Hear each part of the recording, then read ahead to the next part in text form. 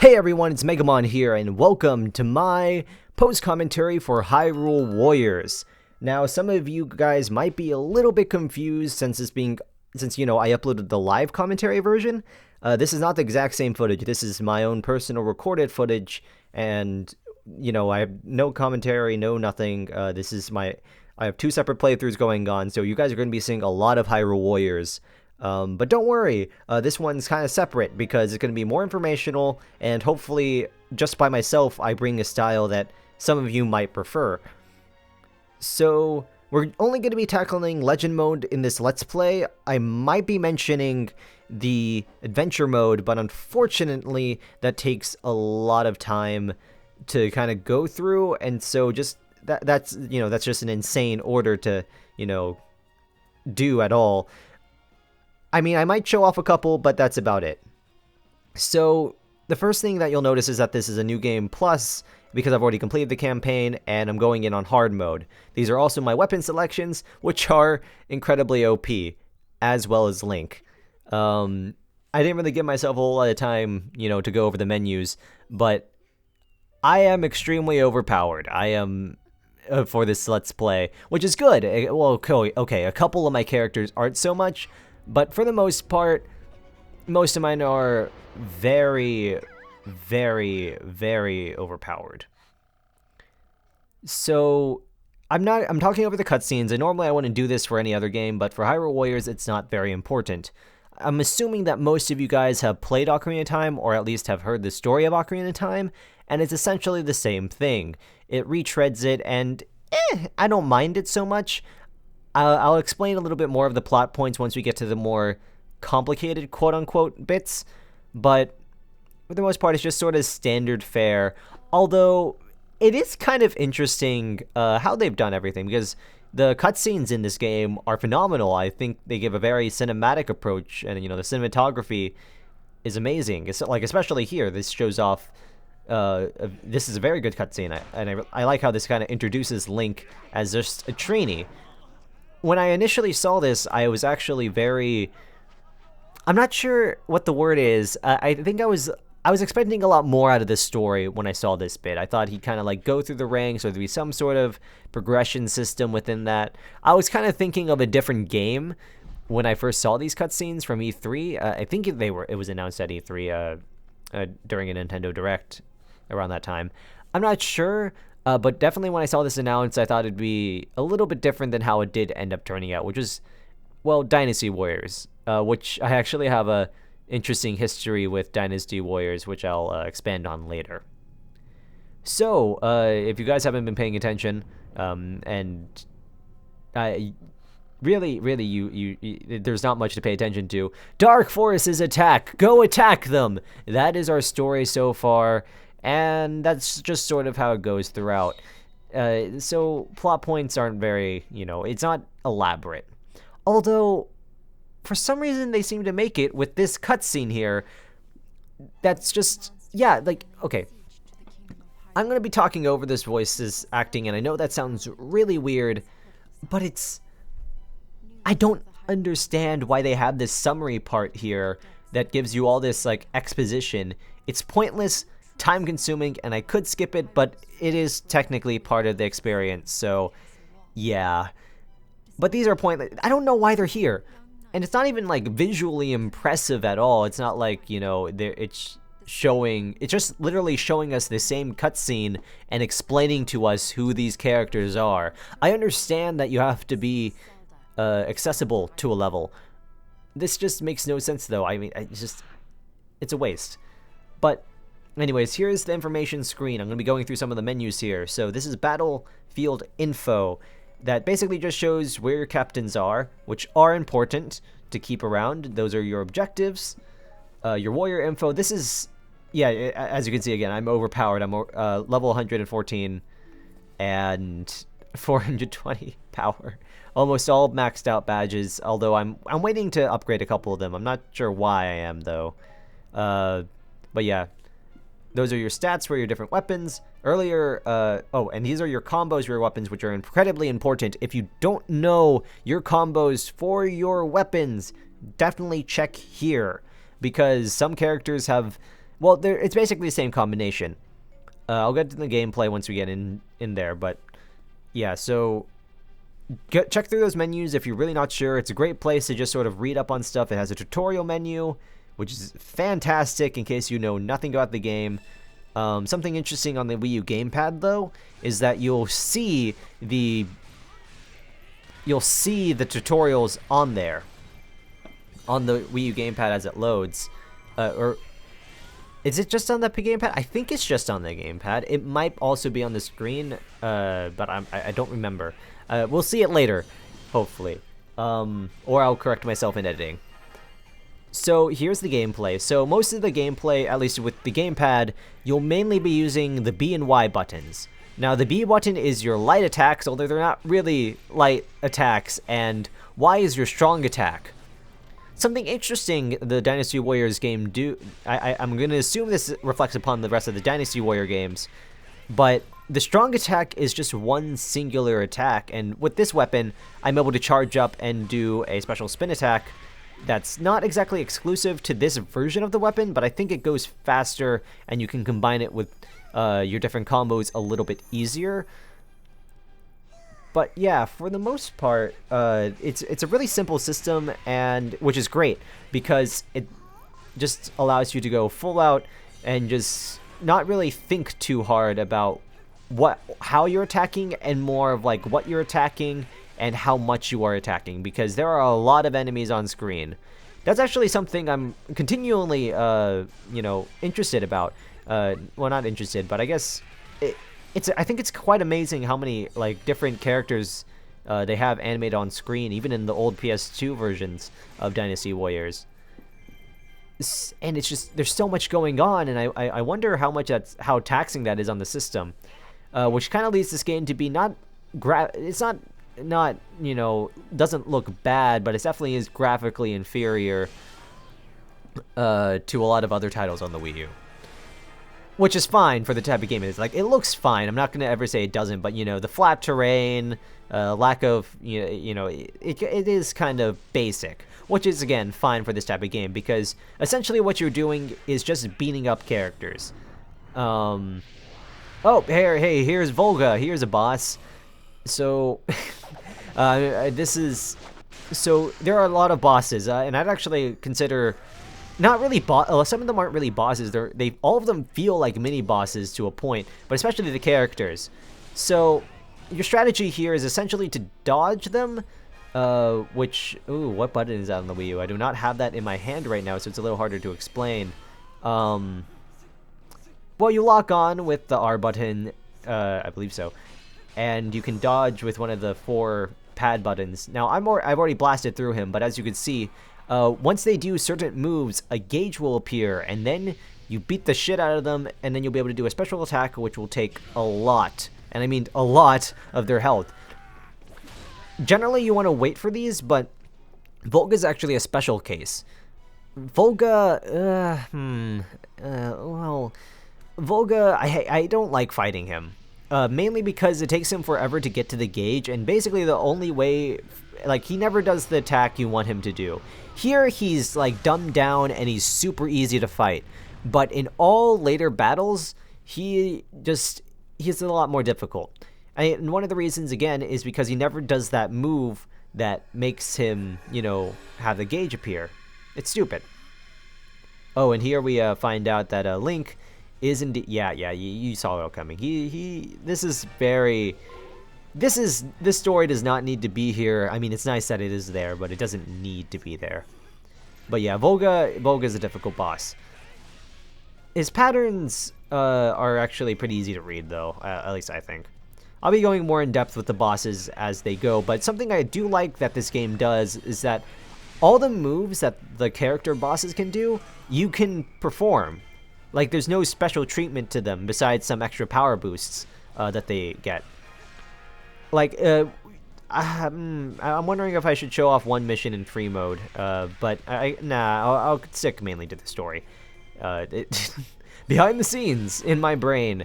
But most of the you'll be seeing this later on, but we'll be fighting some other characters, and I'll show this off eventually, but all of the moves they perform you can do, and I think that's interesting how you kind of are your own boss in a way. You know, you're mowing down all these creatures. No, I mean, you are a boss. You are killing all these creatures.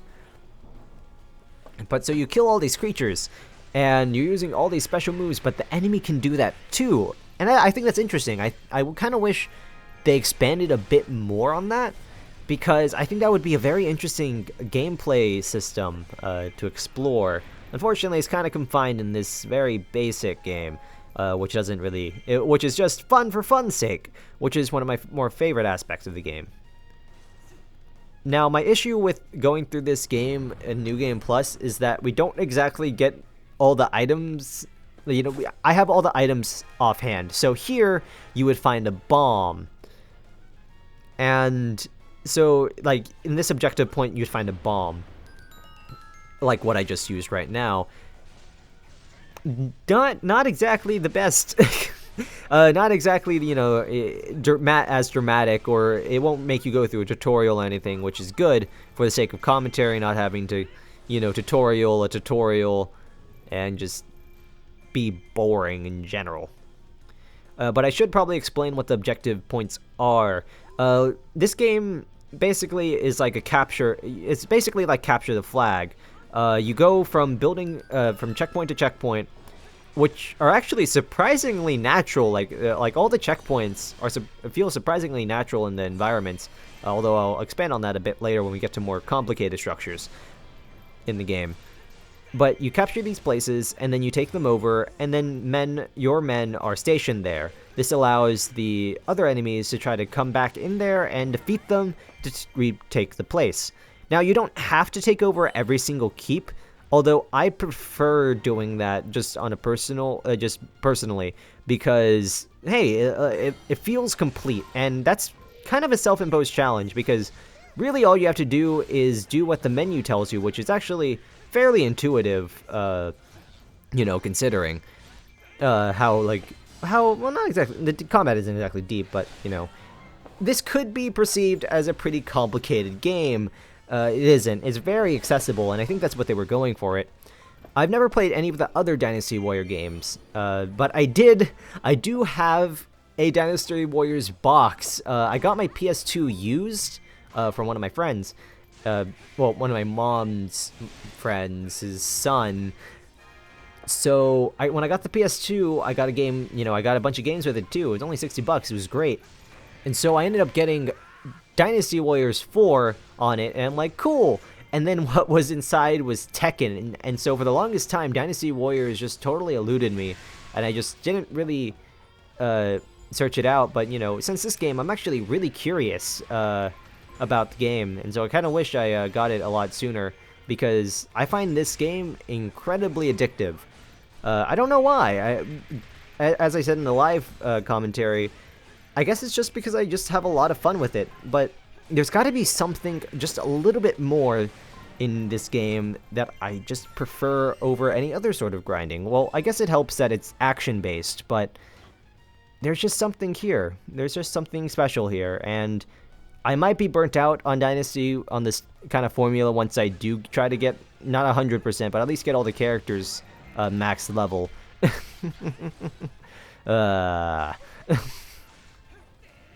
Because that is one of my goals. Like, before, I think my I want to set that goal for whenever the next game console and the Wii U lineup happens.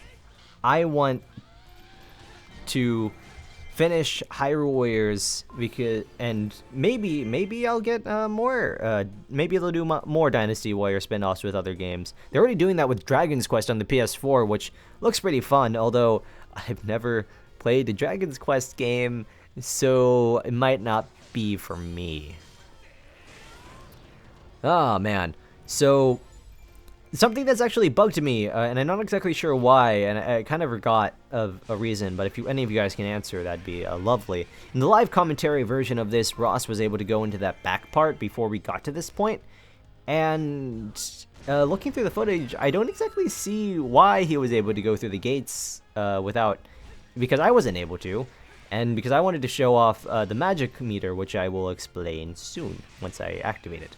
But once I use the magic, I was going to use the magic meter and just wreak havoc and grind a little bit because there's a mob of enemies there, and I'd be able to consistently, you know, get combos and stuff. Unfortunately, I was not able to go over there, and the missions were a bit scattered too. I don't know. He just completed a lot faster. Maybe the gates didn't go up. Maybe I just wasn't paying attention, and the gates just weren't there until then. But yeah.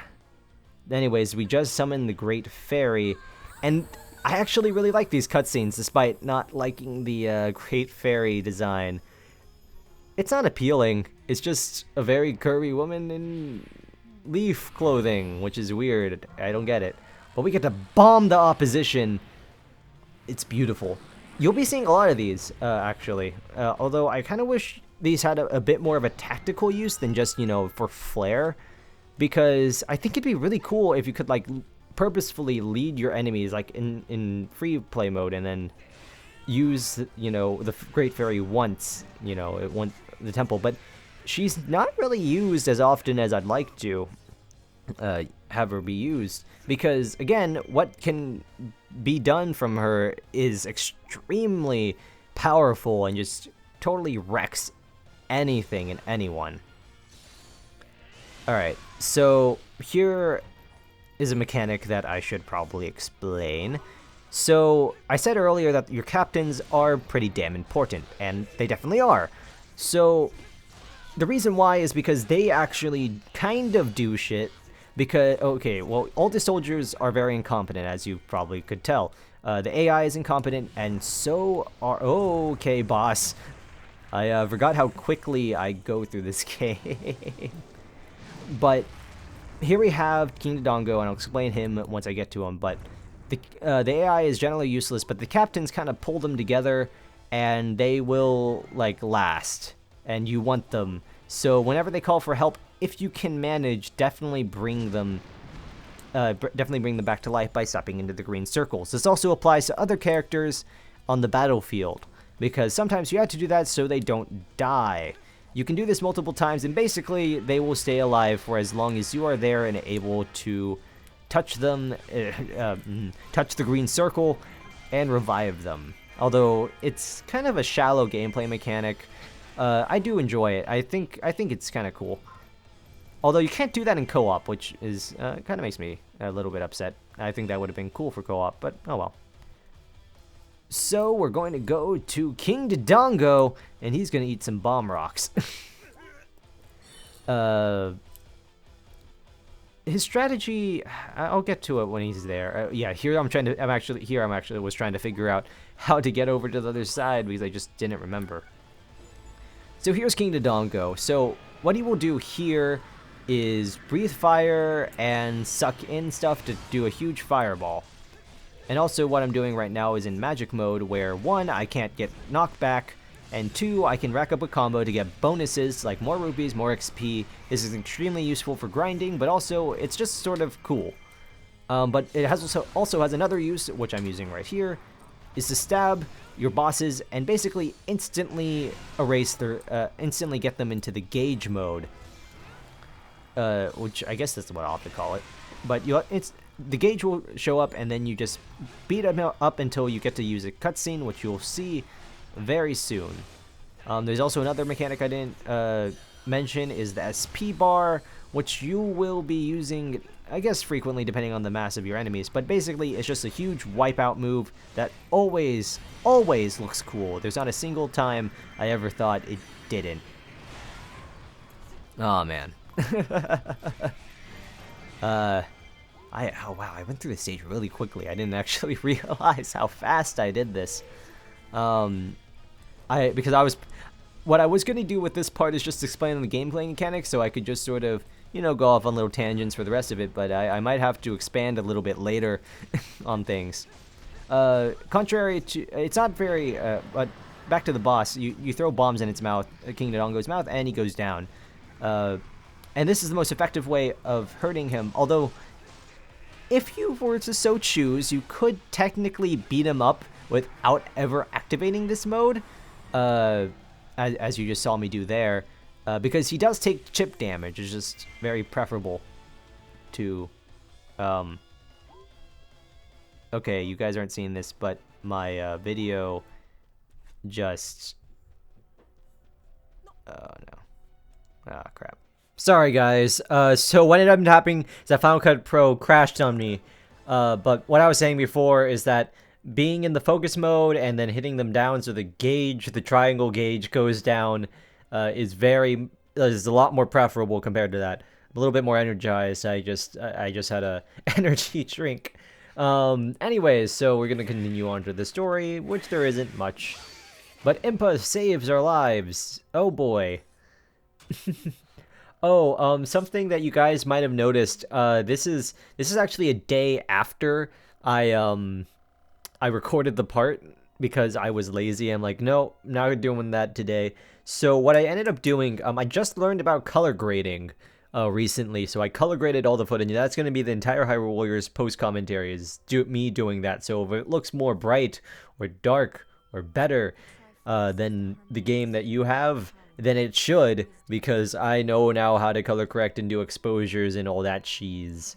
But we're getting some simple exposition here, which isn't really necessary. I don't like how this story is presented. I might have mentioned this before, but you know, the parts where there's just talking and talking. Granted, I'm just talking and talking, but you know, this isn't a good way to do the story, I think. I think people that buy this game are probably already Zelda fans and they don't need this explanation. Granted, there could be like that one kid that might not actually know what's going on, but this is fairly unnecessary. I mean, I guess the orbs are kind of important, but not really.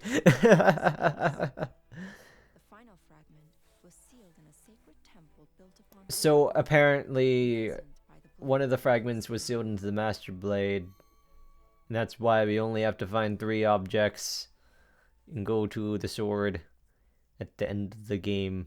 Oh boy. So, alright, so this is the end result screen. This is where you get all your money. You get money for clear time and your KOs. Every difficulty will give you just a little bit more, and you will be wanting to have a lot of money to buy upgrades and level up different characters that you honestly do not like. Probably, like, there's some characters I don't like, there's some characters other people don't like. I know some people that can't stand Zelda for some reason. I don't know, she's actually a pretty good character, but I do know people that don't like playing as her, so that you can just upgrade them with cash or rupees, I guess. And also the materials you can use for upgrading, obviously. So, anyways, guys, the part is writing down, and next time I'll be seeing you in the Sheikah Tribesman... Wait, what is that? I don't know. But anyways, guys, I'll see you guys later. Why did that happen?